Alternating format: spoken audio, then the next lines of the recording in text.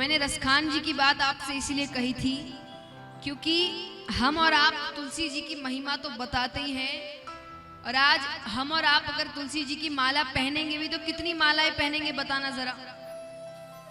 आपको अगर कहा जाए आपको तुलसी जी की माला पहननी है, कितनी मालाएं पहनोगे? ज्यादा से ज्यादा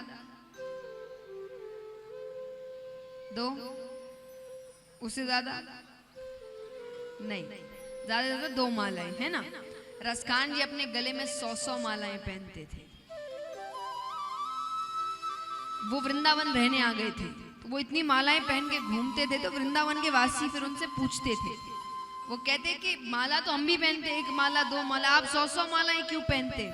बोले तुम कहाँ पैदा हुए? बोले यहीं। बोले बचपन से कृष्ण को जानते हो? बोले हाँ। बोले मैं नहीं जानता था, मैं यहाँ पैदा भी नहीं हुआ। तुम बचपन से जानते हो, बचपन से पूजा पाठ करिए, यहीं रहे हो, तो तुम पर तो कितनी ज्यादा कृपा है, सोचो। बोले हाँ है। बोले मुझ पर तो नहीं है, पर मुझे अभी उतनी ही कृपा चाहिए जितनी तुम पर हो रही है, तो मुझे वो हर काम ज्यादा करने पड़ेंगे। अगर तुम 1-2 पहनते तो मुझे 100 पहनने पड़ेंगे, क्योंकि मुझे कृपा तो उतनी ही चाहिए जितनी तुम पर हो रही है, तो इसलिए मैं हर चीज ज्यादा करूंगा, मुझे भगवान की कृपा उतनी ही चाहिए। तो रसखान जी अपने गले में 100 मालाएं पहन, यानी वो भी तुलसी जी की माला का महत्व जानते थे। तो यहाँ पर ये सारी बातें भक्ति कहती। भक्ति ने कहा गुजरात में मैं वृद्ध हो गई, अब वृंदावन आकर मैंने अपनी यौवन अवस्था प्राप्त कर ली, पर मेरे जो तो पुत्र हैं ज्ञान और वैराग्य ये अभी तक वृद्ध हैं।